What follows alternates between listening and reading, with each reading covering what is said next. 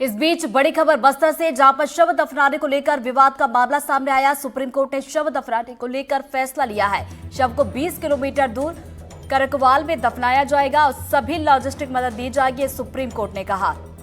तो supreme court ने अनुच्छेद 142 के तहत फैसला लिया है और सुप्रीम कोर्ट के दोनों जजों का अलग अलग फैसला आया है। शव को अपनी जमीन पर दफनाया जाए, ये जस्टिस बीबी नाग रत्ना ने कहा। तो जस्टिस सतीश चंद्र शर्मा ने फैसले पर सहमति जताई है। तो 7 जनवरी से शव गृह में पादरी का शव रखा हुआ है।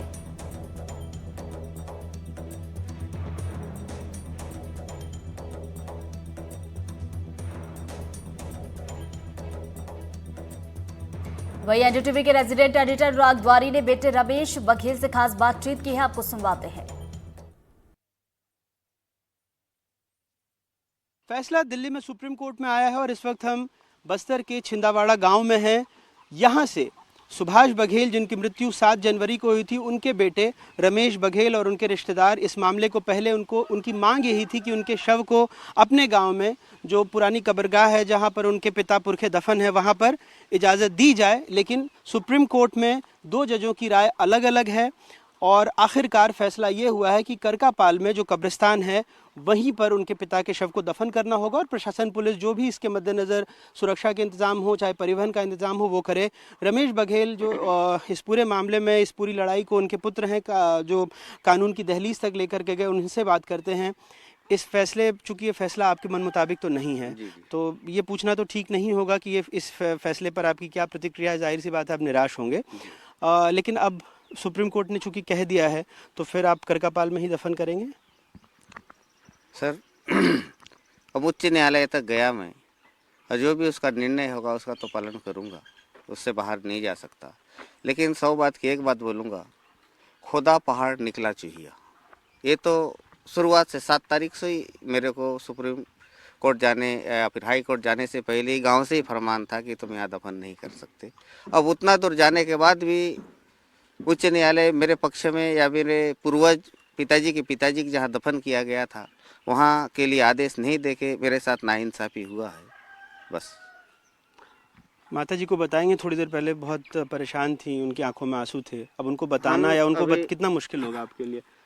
ये सर, आप मैं बोल नहीं पा रहा हूँ कि कितना मुश्किल होगा। आप समझ सकते होंगे कि जो बेटा अपने बाप को 7 तारीख से लेकर आज तक एक आस से जो रखा है, मस्जूरी में है, ये इंतज़ार इतने दिन के बाद जो अभी सडनली जो पहले तय था वही ही उच्च न्यायालय से भी आ गया, बोलने से कोई चेंजेस नहीं है। अब उच्च न्यायालय जाना और नहीं जाना कोई मतलब नहीं दिया मेरे को। तो आप अपनी लड़ाई आखिरकार गांव में क्यों नहीं सुलझ पाई? क्या लेकर गए थे? थोड़ा सा दर्शकों को अगर समझा पाएं कि क्या विवाद हुआ गांव में और इसकी वजह से क्या क्या आप लोगों को परेशानी हुई, कोर्ट क्यों जाना पड़ा, ये अगर आप बता पाएं। जहाँ मेरे पिताजी को दफन करना है वहाँ उनके पिताजी को दफन किया था। अचानक से कोई विशेष लोगों के द्वारा मेरे को यहाँ दफनाने के लिए मना किए, तो मेरे ये हक अधिकार जो मेरे को अधिकार मिला है संविधान से, उसके खिलाफ था। इसलिए संविधान, ये मेरे जीत या मेरी हार की बात नहीं है, ये संविधान जो एक तरफा जो ली है, एक मानवता का हार है। तो कौन था? आपको लगता है कि गांव में तो आपकी जाति के भी, महाराज जाति का कब्रिस्तान अभी हम देख कर आए, वहाँ पर नारायण नाम भी लिखा हुआ है, उसके बाहर क्रॉस नहीं है, राम बघेल जी का नाम है, वहाँ पर क्रॉस है। ऐसे कई नाम हैं जो ऐसा लगता है कि जो ईसाई नाम नहीं है, लेकिन उसके बावजूद वहाँ पर किसी में क्रॉस लगा, किसी में नहीं। यानी हम ये मान के चलें कि पहले भी वहाँ ईसाइयों के शव दफन होते रहे हैं। कोई 2009 का है, 2007 का है। तो क्या ये विवाद अचानक से 1-2 साल पहले का है और पुराना विवाद है ये? नहीं, अचानक से अभी 1.5-2 साल हो रहा है। पहले से हम एक दूसरे का मिलजुल के कफन दफन करते आ रहे हैं, ये कोई नई बात नहीं है। अभी कुछ भड़काऊ लोगों के वजह से ऐसा हो रहा है, इसीलिए मैं इस चीज़ को ख़त्म करना है, भाईचारा रहे बोल के मैं उच्च न्यायालय तक गया। क्यों ऐसा हो रहा है? आप बता रहे थे कि आपकी किराने की दुकान थी, उससे भी सामान नहीं खरीदा और आपको बंद करना पड़ा। ये क्या वाकया हुआ था?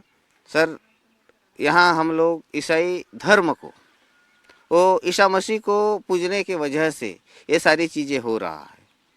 और वहाँ गांव के जो इस तरह के दंगा फैलाने वाले, अशांति फैलाने वाले लोगों का ही है कि ईसाई धर्म को जो मानता है उसके दुकान नहीं जाना है, या उसको दुकान आने से सामान नहीं देना है, उसके घर में मजदूरी करने नहीं जाना है, उसके घर में बैठना नहीं है। बहुत सारी चीज़ें हैं जो उन लोगों के द्वारा हम लोगों को प्रताड़ित किया जा रहा है, और शायद इसके बाद इससे डबल होने वाला है। तो अब आपके समाज के लोगों के साथ आप बातचीत करेंगे और फिर पिता के शव को चाहेंगे कि जल्दी से जल्दी दफन कर दें, क्योंकि लगभग 3 हफ्ते हो गए। जी, अभी तो सडनली आप बताए तब मेरे को पता चला। मेरे परिवार के साथ मेरे को बात करना पड़ेगा। उच्च न्यायालय का फैसला है उसको तो मानना ही पड़ेगा। मानना ही पड़ेगा। जी, गांव वालों से भी हमने बात की, उनका कहना था कि जो हैं ईसाई धर्म में जा चुके हैं वो चंदा नहीं देते, चूँकि वो अलग धर्म मानते हैं, तो ऐसे में जब कब्रिस्तान दिया हुआ है तो अपनी कब्रगाह में क्यों नहीं जा रहे हैं। वहीं कुछ गांव वाले जो पंच भी हैं वो आपकी बात का समर्थन कर रहे थे, वो कह रहे थे नहीं, अगर गांव में शांति रखना है तो कुछ ऐसे लोग भी हैं जो आपके पक्ष में बोल रहे हैं। तो आपको लगता है कि अब इस फैसले के बाद कम से कम गांव में शांति रहेगी, क्योंकि कुछ सालों पहले शायद पादरपारा में भी ऐसा कोई वाकया हुआ था जिससे गांव में तनाव फैलता है। सर, ये लड़ाई यहीं ख़त्म नहीं होगी। इसलिए नहीं होगी कि इस टाइप का जो बात है, लोगों से अलगाववाद फैलाने वाले व्यक्ति आज हमारा ना कभी समर्थन देंगे। और अभी दुकान की बात हुआ, मजदूरी की बात हुआ, जैसे कि हमारे घर में मजदूरी करना है, कुछ करना है तो हमको लेबर तक नहीं देते हैं। उन लोग क्या है, यहाँ पेनल्टी रख दिए हैं 5,051 रुपया। ऐसे ऐसे करके उन लोगों को भड़का रहे हैं।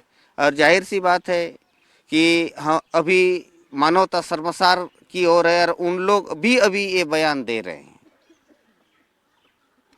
बहुत बहुत शुक्रिया। तो रमेश बघेल जो अपने पूरे इनके परिजन हैं यहाँ पर, इनके साथ खड़े हैं। अब कहना है कि जो सर्वोच्च न्यायालय का फैसला है वो तो मानेंगे ही, लेकिन अपने घर वालों के साथ कम से कम इस बारे में विमर्श कर लें कि आगे की क्या फैसला मानना है। लेकिन बाकी की जो चीज़ें हैं, जो अंतिम क्रियाक्रम के लिए जो भी ज़रूरी चीज़ें हैं, जो भी ज़रूरी नियम कायदे कानून हैं, इसके तहत वो लेकर जाएं और अपने पिता के शव को, जो लगभग 3 हफ्ते से जगदलपुर के मेडिकल कॉलेज के मुर्दा घर में पड़े हुआ है, उनको अंतिम क्रिया के लिए लेकर जाएं, कब्रिस्तान में उनको दफन करें।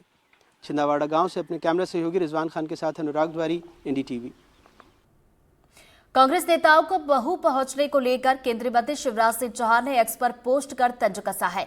केंद्रीय मंत्री ने सोशल मीडिया पर लिखा कि मल्लिकार्जुन खड़गे और राहुल गांधी जी, आप महू आ रहे हैं। महू में भारत रत्न डॉक्टर भीमराव अंबेडकर की जन्मस्थली पर बने भव्य स्मारक को जरूर देखिए, जिसे बीजेपी की सरकार ने बनवाया है। साथ ही बाबा साहब के स्मारक के सामने आंखें बंद कर प्रायश्चित भी जरूर कीजिएगा, क्योंकि आपने और आपकी पार्टी ने हमेशा बाबा साहब का अपमान किया।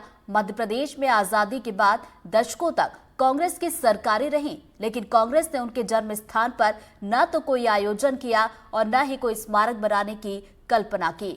मध्य प्रदेश में जब बीजेपी की सरकार बनी तब तत्कालीन सीएम स्वर्गीय सुंदरलाल पटवा जी ने महू में स्मारक का भूमि पूजन किया। इसके बाद कांग्रेस की सरकार आई तो काम रोक दिया।